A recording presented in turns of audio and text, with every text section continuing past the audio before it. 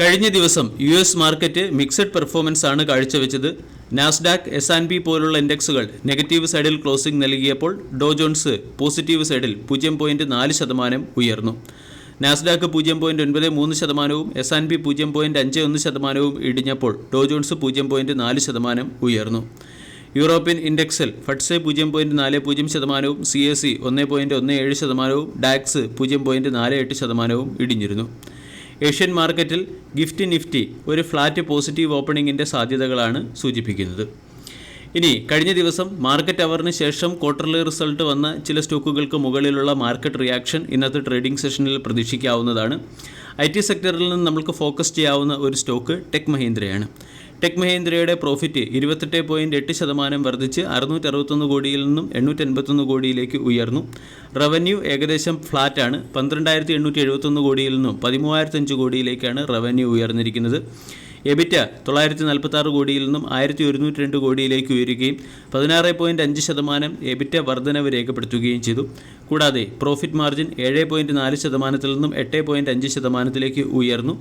Revenue in terms of dollar $1,548 million നിന്നും $1,559 million ഉയർന്നിട്ടുണ്ട്.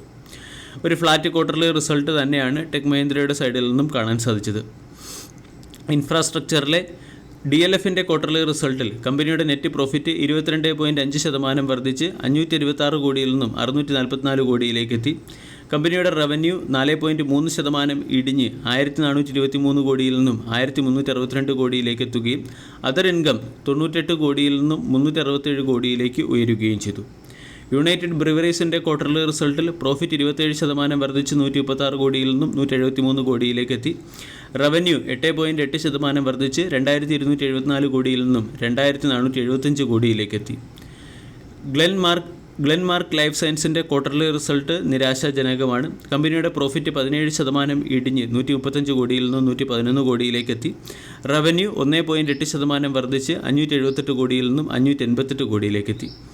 മഹാനഗർ ഗ്യാസിൻ്റെ ക്വാർട്ടർലി റിസൾട്ടിൽ പ്രോഫിറ്റ് 7.4% വർദ്ധിച്ച് 265 കോടിയിൽ നിന്നും 284 കോടിയിലേക്ക് എത്തുകയും റവന്യൂ 1.4% വർദ്ധിച്ച് 1,567 കോടിയിൽ നിന്നും 1,589 കോടിയിലേക്ക് എത്തുകയും ചെയ്തു. ജൂപ്പിറ്റർ വാഗണിൻ്റെ ക്വാർട്ടർലി റിസൾട്ട് മികച്ചതാണ്. കമ്പനിയുടെ പ്രോഫിറ്റ് 46% വർദ്ധിച്ച് 62 കോടിയിൽ നിന്നും 91 കോടിയിലേക്ക് എത്തി. റവന്യൂ 16% വർദ്ധിച്ച് 751 കോടിയിൽ നിന്നും 879 കോടിയിലേക്ക് എത്തിയിട്ടുണ്ട്. ആവാസ് ഫിനാൻസിയേഴ്സിൻ്റെ പ്രോഫിറ്റിൽ 15% വർധനവും റവന്യൂവിൽ 16% വർധനവും ഇയർ ഓൺ ഇയറിൽ കമ്പനി രേഖപ്പെടുത്തി. പ്രോഫിറ്റ് 109 കോടിയിൽ നിന്നും 126 കോടിയിലേക്ക് എത്തുകയും റവന്യൂ 466 കോടിയിൽ നിന്നും 542 കോടിയിലേക്ക് എത്തുകയും ചെയ്തു. അസറ്റ് അണ്ടർ മാനേജ്മെൻറ്റ് 22% വർദ്ധിച്ച് 14,650 കോടിയിൽ നിന്നും 17,841 കോടിയിലേക്ക് എത്തി. രാംകോ സിമെൻറ്റിൻ്റെ ക്വാർട്ടർലി റിസൾട്ടിൽ പ്രോഫിറ്റ് 50% ഇടിഞ്ഞ് 74 കോടിയിൽ നിന്ന് 36 കോടിയിലേക്ക് എത്തുകയും റവന്യൂ 6.8% ഇടിഞ്ഞ് 2,246 കോടിയിൽ നിന്നും 2,093 കോടിയിലേക്ക് എത്തുകയും ചെയ്തു.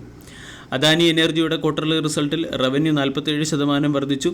കമ്പനിയുടെ നെറ്റ് ലോസ് 182 കോടി. കമ്പനി 182 കോടി രൂപയുടെ പ്രോഫിറ്റിന് പകരം 1,190 കോടി രൂപയുടെ ലോസ് ആണ് റിപ്പോർട്ട് ചെയ്തിരിക്കുന്നത്.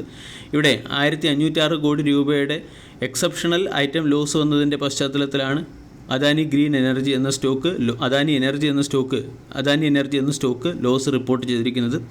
എബിറ്റ മാർജിൻ 42.9% നിന്നും 41.7% ഇടിയുകയും എബിറ്റ 1,574 കോടിയിൽ നിന്നും 2,244 കോടിയിലേക്ക് എത്തുകയും ചെയ്തു.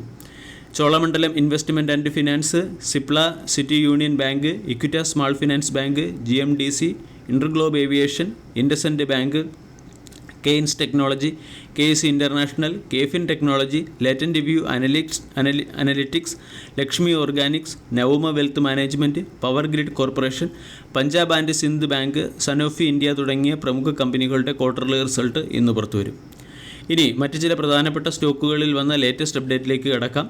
Bharat serum and vaccine buy ചെയ്യുന്നതിന് വേണ്ടി മാൻകൈൻഡ് ഫാർമ 13,630 കോടി രൂപ ചെലവഴിക്കും എന്ന രീതിയിലുള്ളൊരു അപ്ഡേറ്റ് വന്നിട്ടുണ്ട്.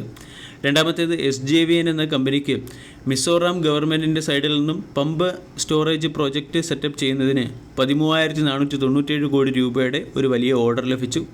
ഗാന്ധാർ ഓയിൽ എന്ന കമ്പനി ഗാന്ധാർ ലൈഫ് സയൻസ് എന്ന പേരിൽ പുതിയൊരു സബ്സിഡറി എക്സിക്യൂട്ട് ചെയ്തു. അതുപോലെ തന്നെ ടെക്സ്മാക്കോ റെയിൽ എഞ്ചിനീയറിംഗ് എന്ന കമ്പനി ജിൻഡാൽ റെയിൽ ഇൻഫ്രാസ്ട്രക്ചർ എന്ന കമ്പനിയെ 465 കോടി രൂപയ്ക്ക് അക്വയർ ചെയ്തു. കുപ്പിഡ് എന്ന സ്റ്റോക്കിനെയും ഇന്നത്തെ ട്രേഡിംഗ് സെഷനിൽ ശ്രദ്ധിക്കാവുന്നതാണ്. കുപ്പിഡ് അതിൻ്റെ പ്രൊഡക്റ്റുകൾ ആമസോൺ, ഫ്ലിപ്കാർട്ട്, 1mg തുടങ്ങിയ ഓൺലൈൻ പ്ലാറ്റ്ഫോമുകൾ വഴി എത്തിക്കാൻ തീരുമാനിച്ചു. വീഡിയോ എല്ലാവർക്കും ഇഷ്ടമായി എന്ന് വിശ്വസിക്കുന്നു. Thank you.